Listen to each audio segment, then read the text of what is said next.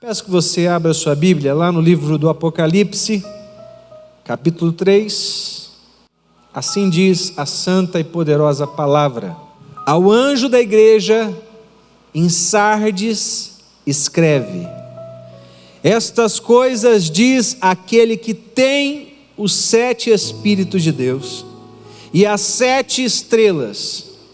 Conheço as obras que tens, nome de quem vives e está morto. Sê vigilante e consolida o resto que estava para morrer, porque não tenho achado íntegras as tuas obras na presença do meu Deus.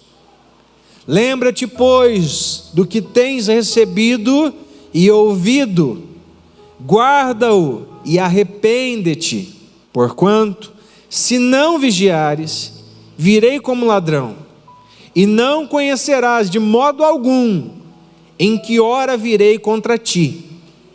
Tens, contudo, em Sardes, umas poucas pessoas que não contaminaram as suas vestiduras e andarão de branco junto comigo, pois são dignas.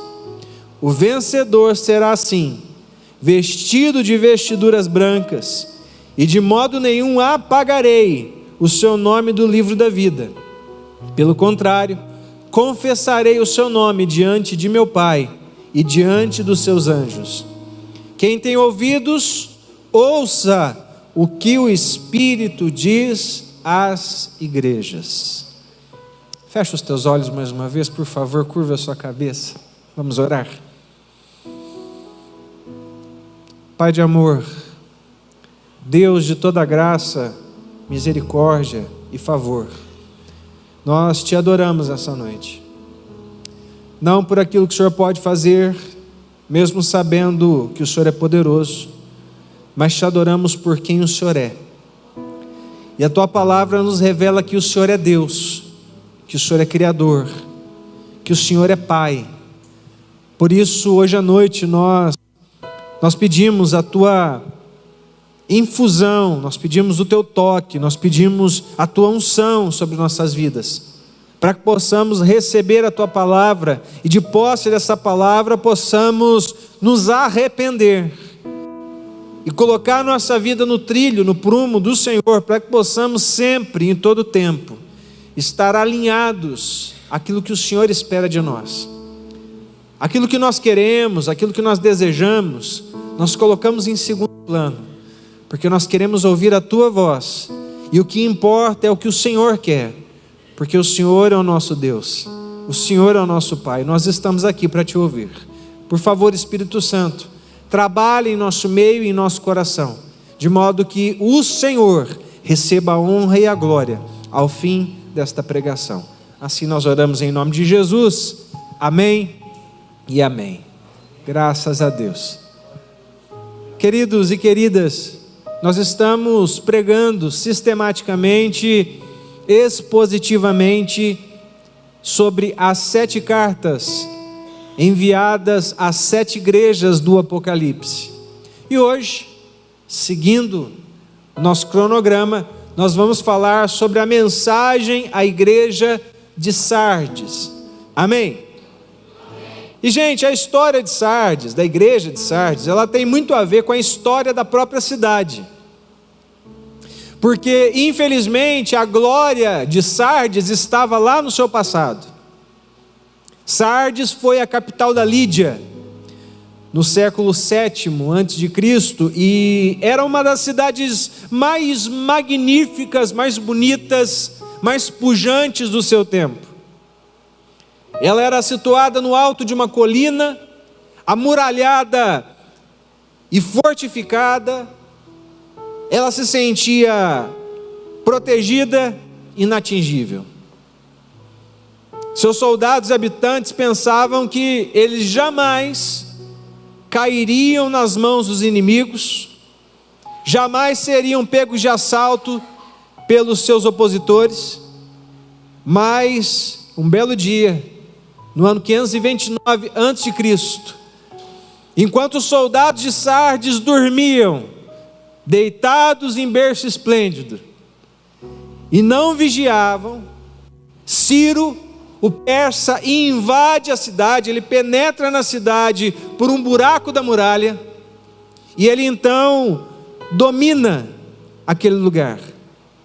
Mais tarde, no ano 218 a.C., Etíoco Epifânio, ele invade novamente aquela cidade pelo mesmo local, porque de novo, mais uma vez, a autoconfiança, a falta de vigilância, a falta de cuidado dos moradores de Sardes, fez com que o inimigo entrasse em seu meio. Perceba que os membros dessa igreja, quando ouviram a mensagem de Cristo a ela, eles entenderam claramente o que Jesus estava dizendo quando ele afirmou: sede vigilantes, senão virei como ladrão de noite. Porque por duas ocasiões eles haviam perdido espaço, eles haviam perdido território e o governo da cidade, porque enquanto não vigiavam, enquanto não se cuidavam, enquanto não estavam de fato interessados em preservar o que o Senhor havia lhes dado, o inimigo entrou por uma fresta. A cidade, ela posteriormente foi reconstruída no período de Alexandre Magno.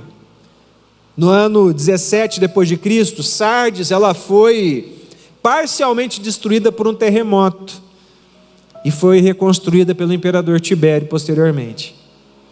E essa cidade se tornou famosa pelo alto grau de imoralidade que marcou a forma, o estilo de vida daquele povo. Quando João ele escreve essa carta, Sardes era uma cidade rica, mas totalmente degenerada. Sua glória, como eu disse, estava no passado. Seus habitantes entregavam-se agora a todo tipo de luxúria, de devassidão, de licenciosidade, de pecado.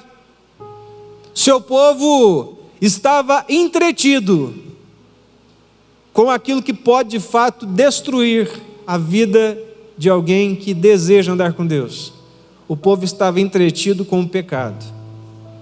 A igreja se tornou exatamente como a cidade. Ao invés de influenciar, ela foi influenciada.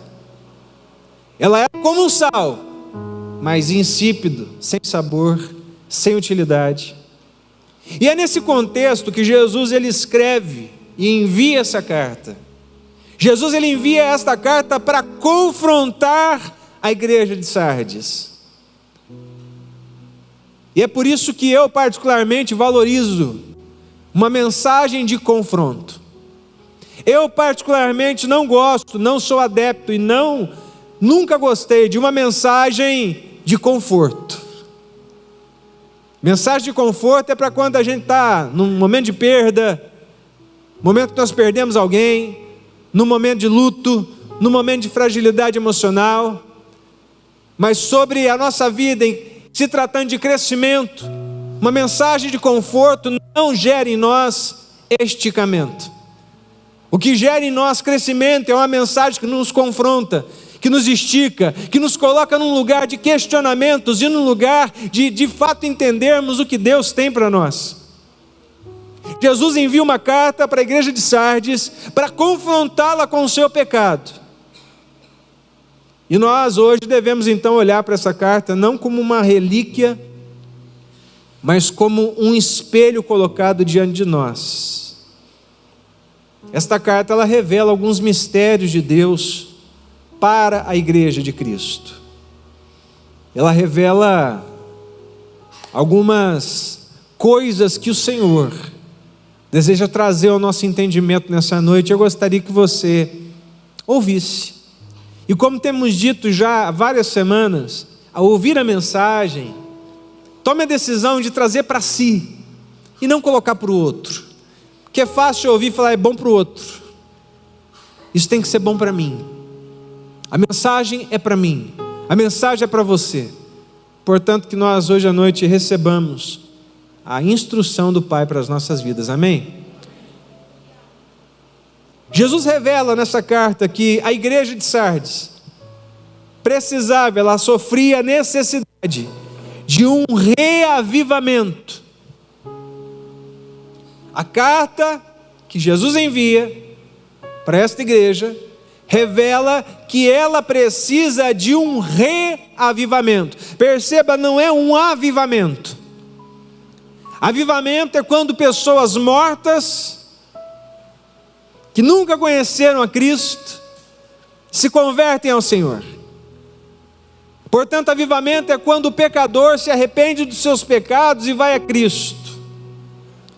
E reavivamento é quando cristãos que outrora foram cristãos sinceros, verdadeiros, que cuidaram de suas vidas em torno da palavra, mas abandonaram a prática da palavra. E quando eles retornam à palavra, eles então estão sendo reavivados, estão sendo reacendidos. E Jesus traz essa mensagem porque uma atmosfera espiritual, sintética, plástica, postiça, substituía a presença do Espírito Santo naquela igreja. Há muitos lugares em que parece que o Espírito Santo está, porque há barulho, porque há agitação, porque muitas vezes há um certo frenesi, mas infelizmente muito disso é uma simulação. Muitas vezes muito disso é pura e simples emoção. Porque quando o Espírito Santo de Deus ele se move entre nós, ele gera transformação, ele gera mudança, ele gera, a primeira coisa que ele faz é mudar o nosso caráter. A beleza de Cristo é implementada em nós, nós somos transformados dia a dia, de glória em glória, na imagem do Cristo, que esteve entre nós e que enviou o seu Espírito, não apenas para trazer consolo, mas para, sobretudo, para nos guiar por esse caminho, para que possamos, de fato, ser pequenos cristos nessa terra, parecidos com Ele. Perceba que essa igreja, ela estava caindo num entorpecimento espiritual, e ela precisava de um reavivamento. Amados, eu tenho percebido que de tempos em tempos, a igreja de Cristo na terra, ela precisa passar por um momento em que Deus dá um chacoalhão nela. Porque muitas e muitas vezes nós estamos também vivendo um entorpecimento dentro da igreja. Então, camarada ou a camarada, o homem ou a mulher, o garoto, a garota, outrora se entorpecia com álcool, se entorpecia com as drogas, se entorpecia com remédios. Aí ele vem para a igreja e passado um tempo ele começa a se entorpecer com outras coisas. Você sabia que o poder entorpece? Não me lembro quem disse, mas alguém disse: quer conhecer alguém? Dê-lhe poder, dê-lhe lugar de destaque, você vai conhecer a pessoa. Alguns se entorpecem com esse frenesi, a ponto de alguns dizerem assim: eu vou lá tomar uma cachaça com Jesus. Já ouviu isso? Quem já ouviu isso aí? Eu já ouvi várias vezes. Fomos para o culto e ficamos chapados. Irmãos, tem disso dentro da igreja também. Fiquei chapado do poder. Aí na segunda-feira ele vai e compra e não paga. Não dá para entender. Passa uma mulher na frente dele, ele não aguenta. Ele não quer ver, mas o zóio quer. Né? A irmã ficou chapada do poder de Deus no culto. Rodopiou, pulou, acelerou ali. Coisa de louco. Mas na segunda-feira, gente, se morrer tem que ter 2 caixões. Um para ela e outro para a língua. Porque ela exercitou o dom de línguas no culto, mas na segunda-feira ela exercita o dom da língua, porque fala pra caramba. Está me entendendo ou não?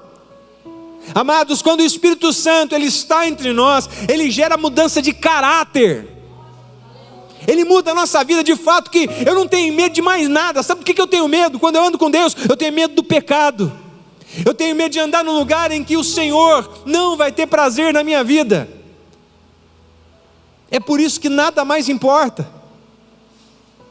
Não importa o lugar que eu estou, não importa o tipo de casa que eu moro, não importa o tipo de carro que eu tenho, se eu tenho ou não tenho carro, não importa o tipo de vida que eu tenho, desde que o Senhor esteja feliz, contente, satisfeito comigo.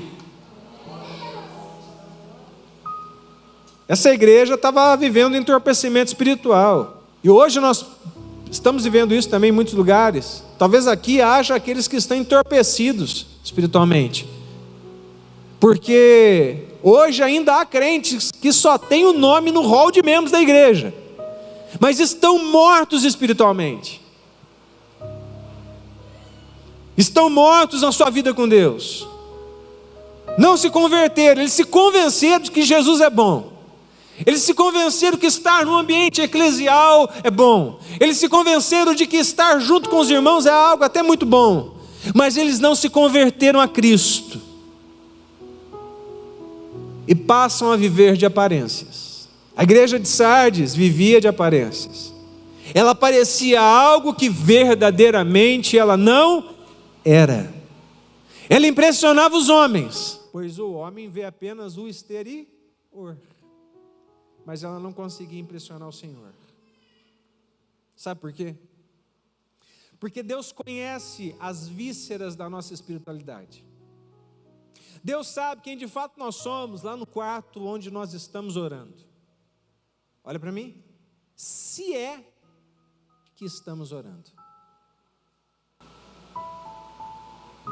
Deus sabe quem eu sou no oculto, no secreto. Deus sabe quem você é no secreto. Ele sabe quem nós somos. Essa igreja era uma igreja apenas de rótulo, de aparência. A maioria dos seus membros não eram convertidos. Era gente que, na particularidade, às escondidas, vivia no pecado. Era gente que tinha discurso, mas que não tinha prática. Não adianta falar, irmão, não adianta falar, irmã, se você não vai praticar, se você não vai fazer. Não adianta. Era gente aqui que parecia ser gente santa, mas que vivia uma vida imunda, uma vida suja. E não se engane, a igreja de Sardes não é o que muitos chamariam de igreja morta. Muitos olhavam para aquela igreja, e se fosse hoje, vão olhar para essa igreja e dizer: olha, é uma boa igreja. Todos a reputavam como uma igreja viva, ungida, fervorosa, abençoada. Todos viam essa igreja como uma igreja boa, menos Jesus. É por isso que eu vou falar isso. Eu comecei falando isso na primeira semana, eu vou falar isso até acabar essa série de mensagens. Não me importa o que as pessoas pensam, me importa o que Jesus pensa. Não me importa. Eu não vou bater palma para os outros dançarem. Eu vou fazer aquilo que Deus me chamou para fazer, custe o que custar.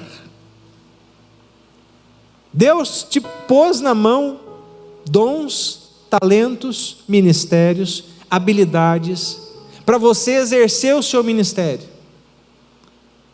mas não é de qualquer maneira. É dentro de um viés, de uma forma que Ele receba a glória, que Ele seja visto, que Ele seja glorificado, que Jesus seja exaltado. Quando Jesus ele examina essa igreja de Sardes mais profundamente, ele disse: não achei as tuas obras íntegras diante de Deus, do meu Deus. Infelizmente, muitos crentes de hoje não são diferentes da igreja de Sardes. tem seus nomes arrolados no livro de membros da igreja, mas não tem os seus nomes escritos no livro da vida. Portanto, não ouvirão de Jesus aquelas benditas palavras que estão lá em Mateus 25, 21.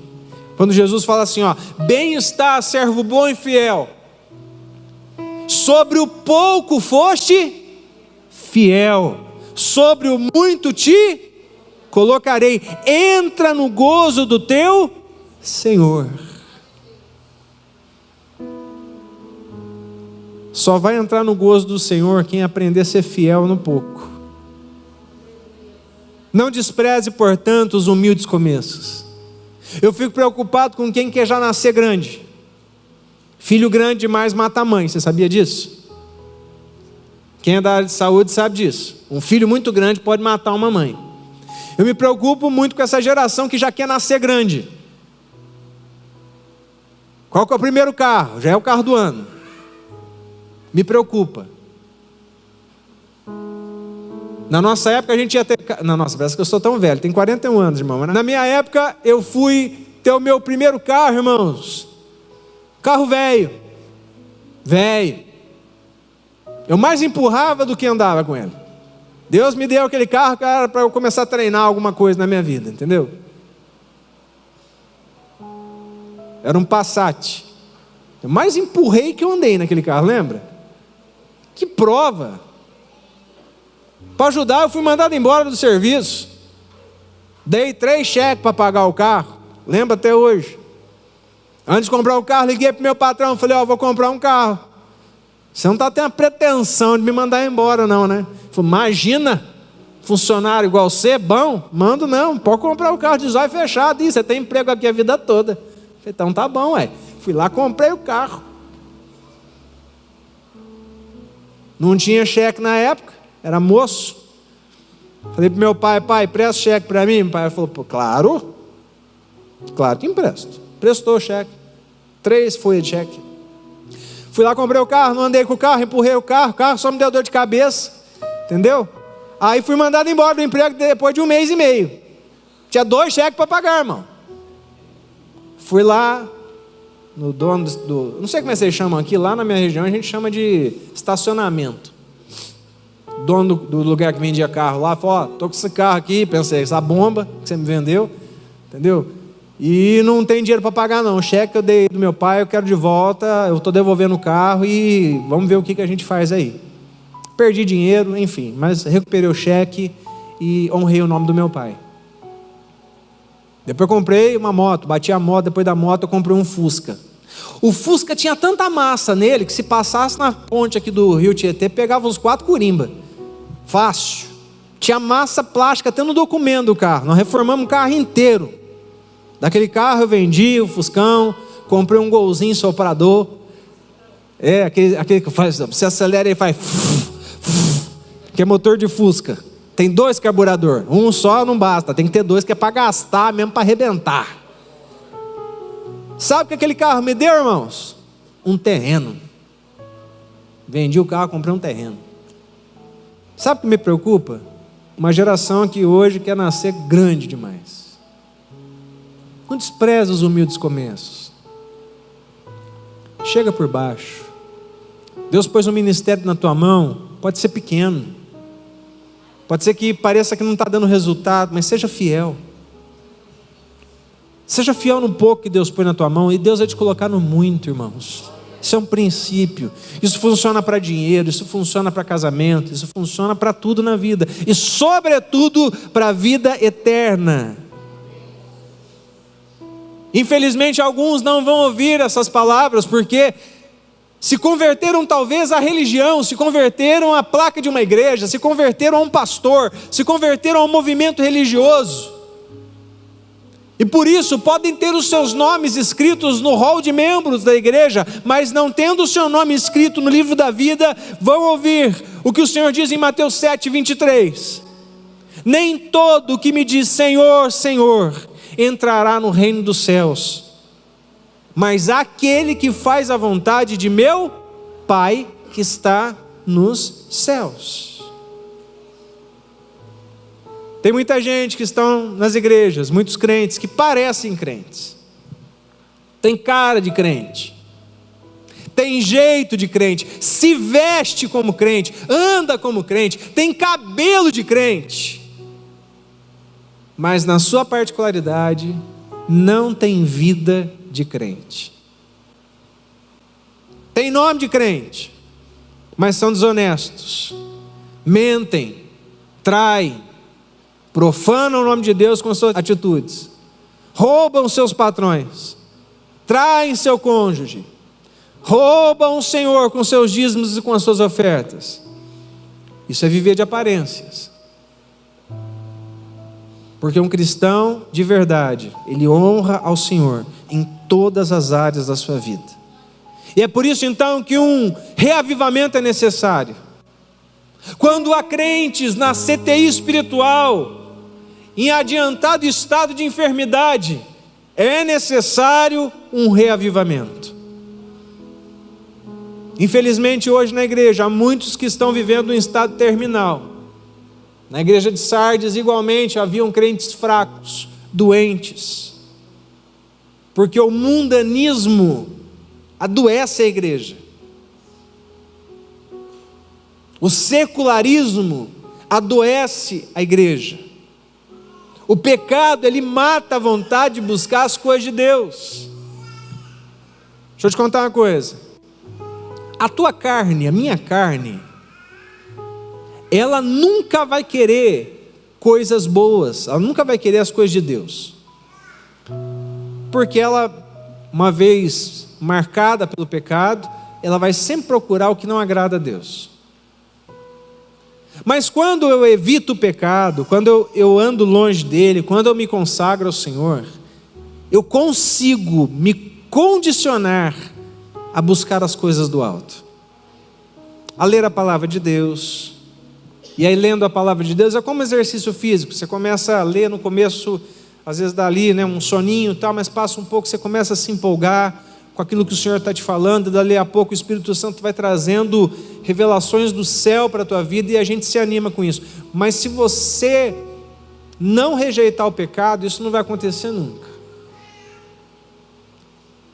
Quando alguém não tem vontade de estar com o Senhor, quando alguém não tem vontade de congregar, quando alguém não tem vontade de andar junto com a igreja, quando alguém não tem vontade de servir ao Senhor no ministério, quando alguém não tem vontade de fato ganhar almas para Cristo, fazer diferença, de ser de fato a igreja de Cristo do último tempo, que é o que nós somos, é sinal de que essa pessoa está vivendo uma vida longe de Deus. Pode até vir à igreja, pode até participar das atividades da igreja, mas sua vida, o seu coração está em pecado, porque o pecado ele mata os sentimentos mais elevados. O pecado petrifica, ele enrijece o nosso coração. O pecado cega o nosso entendimento. No começo, quando o pecado vem, existem dúvidas, dá um certo medinho, a tristeza bate, mas se o pecado permanece, a consciência cauteriza e se perde a vergonha. E aí passamos a ser pessoas que frequentam a igreja, que até desenvolvem ministérios às vezes, mas que estão na prática do pecado. E quando isso acontece, um reavivamento se faz urgente e necessário. E veja quais são os mecanismos de reavivamento que Jesus apresenta para esta igreja. Leia comigo o que diz os versículos 2 e 3. Fique vigiando e fortaleça o restante que estava para morrer, porque verifiquei que as obras que você realiza não são íntegras na presença do meu Deus. Lembra-se, pois, do que você recebeu e ouviu, guarda-o e arrependa-se. Se você não vigiar, virei como ladrão, e você de modo nenhum saberá em que hora virei contra você. Perceba que Jesus ele apresenta alguns mecanismos de reavivamento para a igreja. O primeiro deles é uma volta urgente para a palavra de Deus, para o estudo da palavra de Deus. Ora, ele diz que eles deveriam ouvir, deveriam guardar, lembrar e voltar para a palavra de Deus. Não tem como, amados, nós querermos viver motivados pelo Senhor, vivermos íntegros e fortes na presença do Senhor, sem um estudo da palavra de Deus, sem estarmos mergulhados diariamente na palavra de Deus. Por isso a pregação da mensagem nos púlpitos é tão necessária e tão urgente. Eu conto milagre, mas não conto santo. Esses dias perguntaram para um membro da junta se aqui na nossa igreja prega a palavra, que na igreja que ela está indo não prega a palavra. Tem um monte de coisa, menos Bíblia. Tem um monte de atividade, menos doutrina. Me preocupa. Me preocupa quando o povo de Deus está mais interessado em um movimento, está mais interessado em um ajuntamento, para fazer um tanto de coisa que não produz edificação espiritual e não valoriza a palavra de Deus.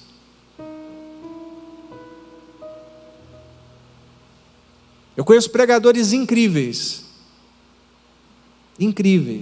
que nos seus púlpitos sempre pregaram a palavra de Deus, que eram celebrados até fora de suas denominações, mas a própria igreja, eles eram pastores, muitas vezes não correspondiam à mensagem, ao ensino, ao privilégio que o Senhor estava lhes dando. Se nós queremos voltar à palavra, primeiro você, meu irmão, precisa valorizar o que Deus tem te dado. Um púlpito que se prega a palavra. Aqui a gente não prega triunfalismo, você vai vencer sempre. Aqui a gente não te engana dizendo para você parar de sofrer, que você nunca mais vai sofrer na vida, porque você vai sofrer. Jesus disse na sua palavra que no mundo nós teríamos aflições, tribulações, problemas, dificuldades. Ah, mas então, pelo amor de Deus, qual que é a vantagem de servir Jesus? A vantagem é que, uma vez que eu entreguei a minha vida para Ele, não importa se eu tenho dor aqui nessa terra, não importa se eu vou passar por uma enfermidade, não importa se eu vou ter dinheiro ou não, o que importa é que eu, sendo dele, eu tenho morada com Ele eternamente. Me preocupa quando alguém se aproxima do Senhor por medo do inferno. Aliás, eu não acredito que isso seja uma conversão genuína. Não, eu fui para a igreja, eu aceitei Jesus, eu sirvo a Jesus porque eu tenho medo do inferno. Essa não é uma conversão genuína, porque eu devo andar com Deus, andar com Cristo, porque eu o amo, porque Ele é o meu Senhor, porque Ele é tudo que eu tenho, Ele é meu Pai. É Ele quem me sustenta, é Ele quem me guarda, é Ele quem me guia, é Ele quem me coloca e me tira de lugares e situações. Eu não sou vítima de nada. A pior desgraça que pode acontecer na vida de um cristão é alguém adotar uma postura de vitimismo. Ai, coitado de mim, judiação de mim, ai, porque eu não tive chance, porque eu não tive oportunidades, porque para mim as portas se fecharam. Você precisa entender quem é o seu dono. Se o seu dono é Cristo, se o seu dono é Jesus, Ele é quem cria as oportunidades. Se você está vivendo o que você está vivendo, é porque Ele tem um propósito nisso. E aí você precisa consultar o Senhor, viver com o Senhor, buscar na sua palavra, se essa fase que você está vivendo da vida, é o que Ele tem para você nesse momento, para você aprender. E aí a pergunta é, me ensina, Jesus, o que o Senhor quer que eu aprenda? Para eu passar logo de fase. Se está doendo, eu vou passar para uma fase melhor. Mas não tem como fazer isso sem ler a palavra, sem ouvir o sermão. É por isso que nós valorizamos o ensino da palavra nessa igreja. As crianças estão lá recebendo a palavra, elas estão se preparando para uma atividade que terão aqui na semana que vem, mas recebendo a palavra. Nós priorizamos o ensino da palavra desse púlpito. O ministério de Jesus, ele mais ensinou do que pregou.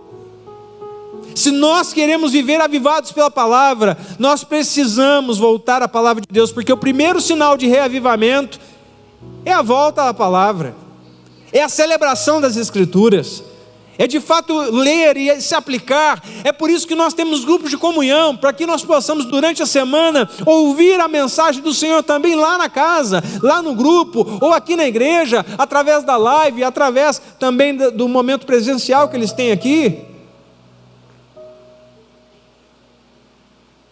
Um dos sinais de que nós estamos de fato reavivados é que nós temos fome da palavra. Fome de aprender a palavra de Deus, fome de conhecer mais das verdades de Deus. O verdadeiro avivamento, ele é fundamentado pela palavra, ele é orientado e limitado pela palavra. Perceba então que o avivamento, ele não pode ser confundido com liturgia animada, culto festivo, obras abundantes, dons carismáticos, milagres extraordinários. O reavivamento precisa ser bíblico, ou ele não vem de Deus. Então, o primeiro mecanismo que Deus nos dá através da sua palavra para vivermos o reavivamento é uma volta à palavra. Em segundo lugar, é uma volta à vigilância espiritual. O que é vigiar? Está esperto. Quem aqui já botou uma caneca de leite para ferver? Quando você pensa que não, você descuidou, ferveu, derramou leite. Porque você não vigia. Pronto. Essa é a forma mais simples de explicar o conceito de vigilância. Sardes caiu porque não vigiou. A cidade de Sardes foi invadida e dominada 2 vezes porque se sentia muito segura e não vigiou. Jesus alerta essa igreja que se ela não vigiar, se ela não acordar, ele virá. E ele virá como ladrão, de noite, inesperadamente. Jesus está falando conosco nessa noite. Não bobeia. Vigia, cuida do que Deus te deu, fuja de lugares, de situações e até de pessoas que possam te colocar numa rota de pecado, numa rota de cair. Gente que te carrega para longe de Deus, não é bom andar junto. Se é para influenciar, se você tem condições de influenciar, ótimo, mas se você está sendo influenciado, fuja. Alguns membros da igreja de Sardes estavam sonolentos e não mortos. Jesus exorta cada um deles a acordarem. Da mesma maneira que Paulo diz lá em Efésios 5,14: desperta tu que dormes, se põe de pé, se levanta, e Cristo te iluminará. Há crentes que estão dormindo espiritualmente, acomodados, indiferentes às coisas de Deus, gente que não tem apetite espiritual nenhum. Cultão de terça-feira, power. Não quero, vou assistir minha série. Aliás, eu compartilhei no grupo da igreja, acho que sim, um estudo que foi feito que séries, elas fazem mal para a gente, porque ela coloca você em vários estados de ansiedade, em um curto espaço de tempo, e o cérebro não consegue discernir o que é real e o que não é real. Então para ele tudo é ansiedade, tudo é medo, tudo é depressão. Como era bom naquela época que não tinha energia elétrica, né, irmãos? O povo ia para a igreja, né, dona Maria, né, seu Luiz? Ia para a igreja, ia adorar o Senhor, porque não tinha TV. Eu acho que os assembleanos tiraram as TV Que não foi nada eu acho que eles fizeram isso para o povo, para a igreja. Que depois que entrou a TV na casa, eu estou desconfiado que aquela antena é o chifre do Satanás mesmo. Só pode ser. Porque, olha, gente, eu nunca vi um negócio para tirar os crentes da igreja igual a TV. Tem uns que carregam o Satanás de bolso também. Está toda hora ali. Não consegue prestar atenção no que está sendo pregado. Mas, amados, na igreja de Sardes havia um povo, um pequeno povo, que não haviam se corrompido, que não haviam manchado suas vestes. No versículo 4 fala de crentes fiéis, e crentes fiéis precisam fortalecer os que estão com o pé na cova. É por isso que nós precisamos vigiar, e a minoria ativa pode e deve chamar de volta ao arrependimento aqueles que estão à beira da morte espiritual. Sabe qual que é o problema da igreja atual? É que a gente está mais interessado e mais preocupado em estar bom com todo mundo, estar bem com todo mundo, ser aceito por todo mundo, ser celebrado por todo mundo, do que ser voz profética nessa geração. Tem gente que fala assim: eu sou profeta do Senhor. É nada, que profeta profetiza. E sabe o que o profeta faz? A função do profeta é mostrar o que está errado, corrigir o que está errado, chamar ao arrependimento e gerar mudança na vida das pessoas. Uns 3, 4 só receberam essa palavra. Restante. Porque ser chamado a profeta é um negócio difícil, irmão. E todos nós, muito embora não tenhamos o dom de profeta, temos um chamado profético de anunciar o futuro, que é a vinda do Senhor. Muitos estão dormindo, amados, muitos estão cochilando, estão deixando de vigiar, e o inimigo está entrando muitas vezes por frestas nas nossas vidas, os nossos ministérios, tentando quebrar aquilo que Deus está construindo, porque a gente está dormindo. Enquanto muitos dormem, essa semana teve a reunião das maiores religiões mundiais, formando já uma nova religião, que vai ser uma só no mundo todo. Estava o Papa Francisco, estava o imã do islamismo, estavam os representantes do judaísmo, as maiores religiões do mundo, mais de 40 religiões, Igreja Católica Ortodoxa, todos juntos, assinando o documento, para pensar em uma forma de ser uma única fé no mundo. Nós estamos à beira de ter uma terceira guerra mundial. Vocês estão dormindo. Estamos à beira. Falta pouquinho para Jesus voltar. Daqui a pouquinho o Satanás, o tinhoso, o anticristo vai se revelar.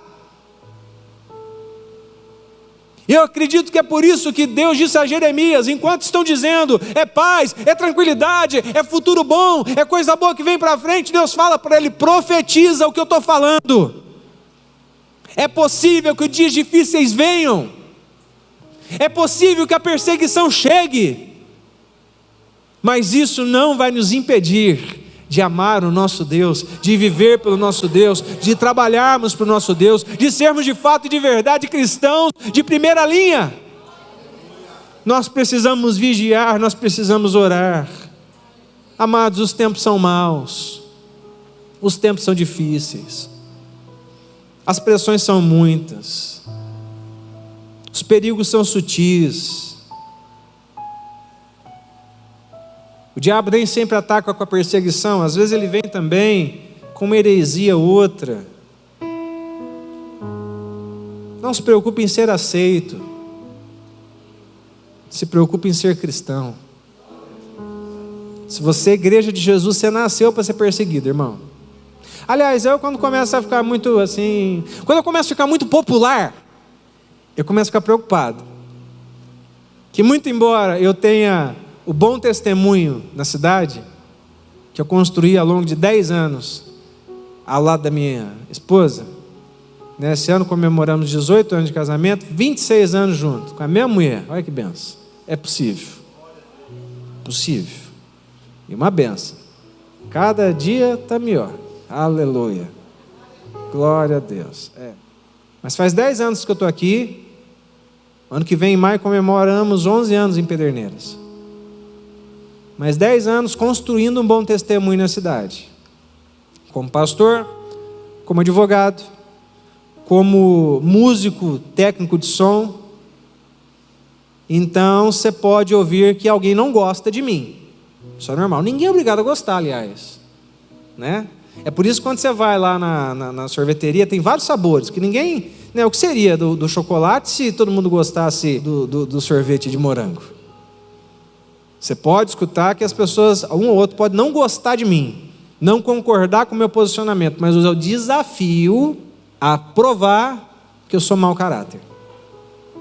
Eu desafio a provar que eu sou um mau marido. Eu desafio a provar que eu fui um mau filho e que sou um mau genro para os meus sogros. Eu desafio.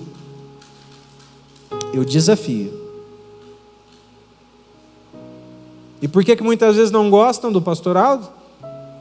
Que eu falo a verdade. Se você não gostar, paciência. Ah, mas eu não gosto de ouvir a verdade. Então você vai ter que ir para um lugar que você vai ouvir a mentira.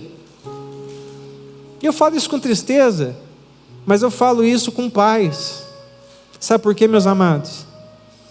Os melhores cultos que eu já participei na minha vida foram os cultos em que a palavra me pegou, que o Senhor me corrigiu, que o Senhor botou o dedo na minha ferida através do seu profeta do púlpito.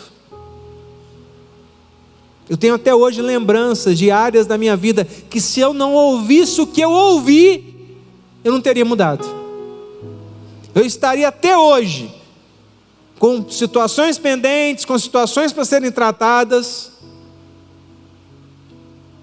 A igreja de Sardes estava vivendo um momento em que ela havia permitido o mundanismo entrar nela. E a gente se torna mundano, a gente se torna carnal, quando a gente quer preservar as amizades, ao invés de preservar a verdade. Seja verdadeiro. Fale com amor, mas fale. Seja profeta de Deus. É chegado um tempo. Não dá mais tempo, irmãos. Não vai dar tempo. Jesus vem. Então, para ter um reavivamento, primeiro é uma volta à palavra. Segundo, é uma vigilância espiritual constante. Terceiro, uma volta à santidade. Nós somos uma igreja de santidade. O lema da igreja nazarena é santidade mais e mais. A doutrina da igreja nazarena central é doutrina de santidade. Não é santidade de roupa, não é santidade de corte de cabelo, não é nada disso, é santidade de caráter. Não adianta ter o cabelo comprido, sovaco cabeludo, entendeu? Não adianta. Só usar calça. Os irmãos não podem pôr bermuda. Não pode arrancar a camisa. Parece que toma banho de roupa. Dá para entender? Não adianta ser assim, isso é uma porcaria de um cristão. Amados, o que eu conheço de gente religiosa, que perdeu a família, que perdeu a esposa, que perdeu os filhos, perdeu um monte de coisa na vida, em nome da religiosidade. Deus nos chama a viver uma vida de santidade, não de religiosidade. Uma coisa é uma coisa, como diz uma pessoa aí, outra coisa é outra coisa. Santidade é ter caráter. É fazer o que é certo, mesmo que custe. Aliás, se eu estou vivendo por princípios, a minha vida vai ter um custo. É igual ofertar. Ofertar, dar uma oferta na igreja para o Senhor, tem que custar alguma coisa para você, tem que custar uma pizza, tem que custar alguma coisa que você vai fazer. Senão não é uma boa oferta. Quando a gente oferta, a gente está abrindo mão de uma coisa, para abençoar alguém, para colocar nas mãos do Senhor. Princípio é a mesma coisa. Se o princípio não custa nada, não é princípio. Nós norteamos a nossa vida como igreja por princípios. Isso nem sempre, às vezes, vai trazer o crescimento que nós, humanos, queremos, mas vai trazer o alicerce e a base que Deus espera que tenhamos para suportar o que vem pela frente. O Senhor diz que sem santificação ninguém verá o Senhor. Terceiro lugar, esse texto ele fala sobre o agente do reavivamento. Quem produz o reavivamento não é um pregador, não é o pastor A, pastor B, pastor C. O pessoal pode até ter um sermão empolgante, pode até ter um jeitão diferente, pode até ter um estereótipo, mas quem produz o avivamento é o próprio Jesus, porque é Jesus quem conhece o estado da igreja. Jesus conhece o seu estado, Ele conhece o meu estado. Jesus conhece as obras da igreja, Ele conhece a nossa vida, o nosso passado, os nossos atos, as nossas motivações. Ele tem os olhos como chamas de fogo, Ele tudo perscruta, Ele tudo vê, Ele tudo sabe. E é por isso que Ele tem esse poder. Jesus também conhece esta igreja, a igreja do Nazareno Central de Pederneiras. Ele sabe quem nós somos, Ele sabe como nós estamos, Ele sabe como estamos fazendo e o que estamos fazendo. Ele sabe. É por isso que eu deposito nele a confiança e a fé de que Ele pode produzir em nós um reavivamento, porque nós precisamos. Jesus, Ele é o dono da igreja. Ele diz no texto, Ele tem os 7 Espíritos de Deus. O que é isso? Tem 7 Espíritos? Não, gente, deixa eu explicar, peraí. Tem um Espírito só. Número 7 significa perfeição. Existe um Espírito, mas esse número 7 ele indica perfeição, plenitude, integridade. E é o Espírito Santo que dá vida para a igreja, porque Ele é o poder perfeito, pleno e íntegro, que pode nos impulsionar, inclusive, por uma vida de santidade. Ele diz no texto que Ele tem as 7 estrelas na mão. Quem são as estrelas? Os pastores. Eu estou nas mãos de Jesus. A igreja não é sua, meu irmão. A igreja também não é minha. Eu cuido como se eu fosse prestar contas. Quem presta contas é responsável. Lembra dos talentos? Eu não vou enterrar o talento que Deus me deu. Eu vou cuidar daquilo que o Senhor pôs na minha mão. Mas eu não sou dono da igreja. A igreja pertence a Jesus. Ele quem controla a igreja. Ele quem tem autoridade e poder para restaurar a igreja. Foi Ele que disse que as portas do inferno não podem prevalecer contra a igreja. Ele pode levantar a igreja das cinzas. Ele tem tudo em suas mãos. Ele tem o mundo na palma da mão. E essa certeza de que Cristo é o dono da igreja produz em mim a paz para confiar que Ele vai continuar cuidando da igreja. Ele vai continuar exortando a igreja e admoestando a igreja. Tua mãe fazia isso aqui para você? Minha mãe fazia para mim. Vai tomar umas cintadas de vez em quando, ou de vez em sempre, porque é para o nosso bem, é para o nosso crescimento, é para o nosso amadurecimento. É por isso que membro da igreja não tem que bater de frente com o pastor, não tem que querer ensinar o pastor a celebrar a ceia. Então os irmãos querem ensinar o pastor a celebrar a ceia, porque o anjo da igreja está nas mãos do Senhor. Se eu errar, você pode ter certeza, e eu erro, eu não sou perfeito, mas se eu errar, o Senhor vai tratar comigo. Ele vai tratar com o pastor da igreja. É por isso que todo mundo que se levanta contra pastor, contra o líder, se arrebenta, se quebra inteiro. Eu conheço gente que se levantou contra pastores que estavam em pecado e se quebraram inteiros. Deus restaurou o pastor que caiu, porque ele se arrependeu. Mas aqueles que o perseguiram, o maltrataram, eu estou falando de caso verídico, estão até hoje, muitos morreram já, porque é muito sério você se levantar contra o anjo da igreja, contra o pastor da igreja. O Senhor fala conosco nessa noite: eu sou o dono, Jesus está dizendo, eu sou o dono da igreja, descansa. Eu estou cuidando da igreja, eu estou cuidando de cada detalhe da tua história, da nossa história. Quem tem ouvidos para ouvir, ouça o que o Espírito diz às igrejas. Que Deus ele envie sobre nós nesses dias um poderoso reavivamento. Nós precisamos. Mas eu gostaria que você grifasse aí na sua Bíblia versículo 3 do capítulo 3 de Apocalipse, que diz: lembra-te, pois, do que tens recebido e ouvido, guarda-o e arrepende-te, porquanto, se não vigiares, virei como ladrão, e não conhecerás de modo nenhum em que hora virei contra ti.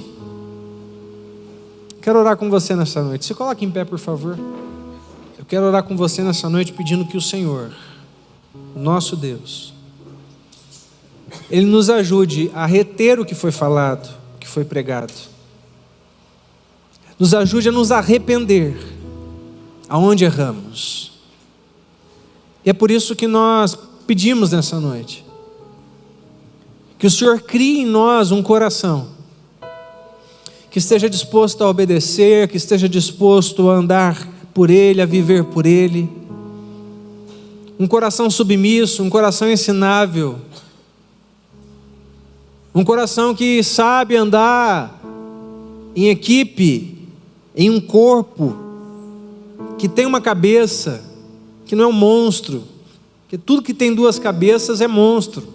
O corpo de Cristo tem uma cabeça só e a cabeça é Jesus. Mas na estrutura Ele colocou o anjo da igreja, amém? Então é o ministério do pastor. É assim que nós entendemos. A visão vem do céu para o pastor, e do pastor para o púlpito, do púlpito para a igreja, da igreja para o mundo. O dia que a gente desrespeitar esse princípio e achar que pode ser de qualquer outra maneira, a gente deixou de ser a igreja de Cristo e passamos a ser uma autarquia espiritual. Deus espera que nós andemos em novidade de vida, em santidade, em celebração da palavra, em santidade, numa vida reta, íntegra, leal ao Senhor, aos princípios que Ele nos inspira. Eu preciso disso para a minha vida. Se você precisa, ore comigo em nome de Jesus. Pai amado, nós ouvimos a Sua palavra nessa noite, mais uma vez. E Deus, a Tua palavra, ela é como um antisséptico. Ela entra e começa, de fato, a mostrar a nós o que está errado, o que precisa ser corrigido. E da mesma maneira que eu sei que há áreas na minha vida que precisam de ajustes, porque eu não sou perfeito, eu sei que na vida dos meus irmãos e das minhas irmãs também precisa ter ajustes. Mas Deus, eles precisam, assim como eu preciso, que haja uma revelação do Teu Espírito nas áreas que nós precisamos arrumar, corrigir e trabalhar. para que então, de fato, o Senhor nos reavive, para que possamos de fato ser relevantes no nosso tempo, a sermos uma igreja que atende o chamado missional do Senhor, uma igreja que olha para dentro, mas que olha para dentro projetando o que vai fazer lá fora, para que os de fora conheçam o Senhor. Reaviva-nos, ó Deus, traz em nós uma paixão evangelística como nunca antes existiu em nossas histórias, porque essa é a causa do Senhor. Que cuidemos, ó Deus, dos oprimidos, das viúvas, dos órfãos, dos estrangeiros, dos menos favorecidos, mas com um propósito, de que eles te conheçam e que te conhecendo, eles possam viver a novidade de vida que o Senhor tem proposto para nós na tua palavra. Ó Deus, em nome de Jesus, santifica-nos pela tua palavra. Nos ajuda a viver uma vida que o Senhor tenha prazer. A minha oração é que o Senhor olhe dos céus para nós e nos ajude, Pai. Nos ajude aqui, nesse momento, agora, a entender o que nós precisamos mudar. E assim, ao final de tudo, o Senhor receba a glória. O Senhor sabe, Deus, que quando eu digo que a minha real preocupação é aquilo que o Senhor pensa a meu respeito, é no afã, é no desejo de que eles também se preocupem com a mesma coisa. Que eles se preocupem apenas e tão somente com aquilo que o Senhor acha, com aquilo que o Senhor pensa, porque se for assim, os teus planos vão se cumprir, porque serão os teus e não os nossos. Tua palavra diz que o Senhor a Israel disse, um pouco antes de corrigi-los e de tratá-los ferrenhamente com a vara da disciplina, o Senhor disse a eles: bem sei os pensamentos que tenho sobre vós, pensamentos de paz e não de mal, para lhes dar um futuro e uma esperança. Portanto, quando o Senhor nos corrige, é porque o Senhor quer nos melhorar e nos colocar num lugar abençoado. Portanto, nos ensina, nos dê um coração ensinável, nos ajude a ter um coração que te glorifique. E ao final de tudo, que o Senhor seja glorificado. Em nome de Jesus, nós oramos.